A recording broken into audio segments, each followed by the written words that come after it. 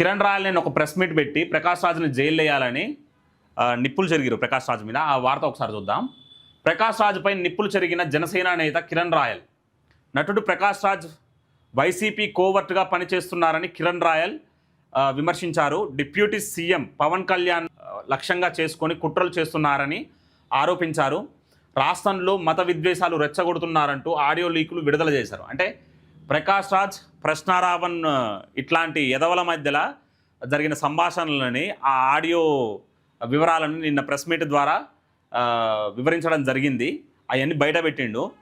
వీళ్ళ అభిప్రాయం ఏంటంటే కులాల మధ్యలో శిచ్చులు పెట్టి మత విద్వేషాలు రెచ్చగొట్టి లబ్ధి పొందాలని ప్రకాష్ రాజ్ అయినా ప్రశ్నారాయలైనా ఇట్లాంటి సూడో సెక్యులర్ గాళ్ళు అనునిత్యం ప్రయత్నిస్తున్నారు.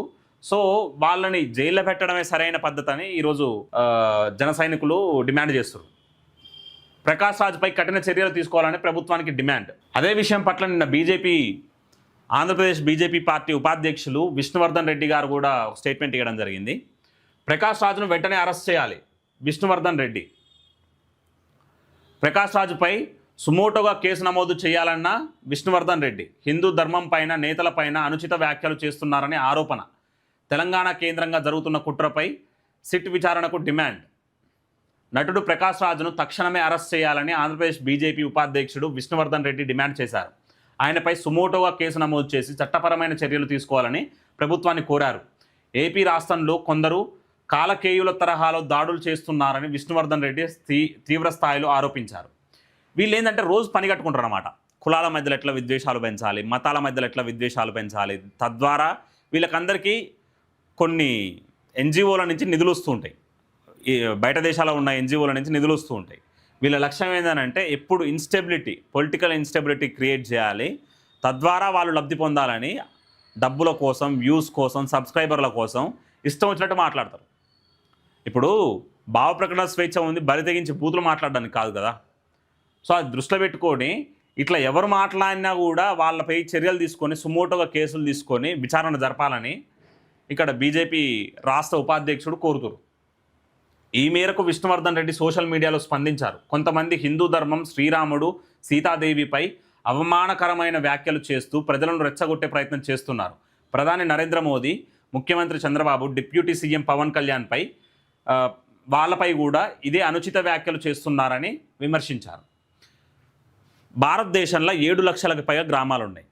రామాలయం లేని ఊరంటూ ఉండదు. సో ఇట్లాంటి దేశంలో ఇంతకుముందు ఎంతోమంది ఖాన్లు, మహమ్మదీయులు ఎంతోమంది దండయాత్రలు చేసి ఇన్వేజన్స్ చేసినా కూడా ఏం చేయలేకపోయారు. సో వీళ్ళు వచ్చి ఈరోజు వీళ్ళేదో ఇష్టం వచ్చినట్టు మాట్లాడితే వీళ్ళ వల్ల రాముని ఖ్యాతి, రాముని కీర్తి, సీతాదేవి కీర్తి తగ్గుతుందా? ఈరోజు ప్రపంచమే కీర్తిస్తున్న నరేంద్ర మోదీ కీర్తి తగ్గుతుందా? ప్రశ్నించడం తప్పు కాదు, కానీ ప్రశ్నించే విధానం ఎట్లా ఉందనేది ఒకసారి ఆత్మపరిశీలన చేసుకోవాలి. మనం ప్రశ్నించేటప్పుడు ఏ భాషని వాడుతున్నాం, ఎటువంటి పదాలను వాడుతున్నాం అనేది ఒకసారి మనం ఆత్మపరిశీలన చేసుకొని ఆ తర్వాత మాట్లాడితే ఎవరికైనా మంచిగా ఉంటుంది. ఈరోజు భావ ప్రకటన స్వేచ్ఛ లేదు దేశంలో అంటారు, ప్రశ్నిస్తే చంపేస్తారా అంటారు. ఇదే దేశంలో కాంగ్రెస్ ప్రభుత్వం 22 నెలల పాటు ఎమర్జెన్సీని విధించి సెక్షన్ 144ని పెట్టి రోడ్డు మీద కనిపిస్తే కాల్ చేసిన రోజులని ఈ దేశం చూసింది. అట్లాంటి చీకటి చరిత్రని మనం చదువుకున్నాం. ఈరోజు దేశ నాయకుల మీద, రాష్ట్ర ముఖ్య నాయకుల మీద మీమ్స్ చేసుకుంటా విమర్శలు గుప్పిస్తున్నా కూడా అంత స్వేచ్ఛ ఉంది దేశంలో. విచారించడం, వాళ్ళకి బెయిల్ ప్రొవైడ్ చేయడం, ఇంత స్వేచ్ఛ ఉన్నా కూడా స్వేచ్ఛ లేదా, ప్రశ్నిస్తే చంపేస్తారా అంటూ మళ్ళీ అడ్డగోలుగా మాట్లాడు, నోరుందని ఇష్టం వచ్చినట్టు మాట్లాడు.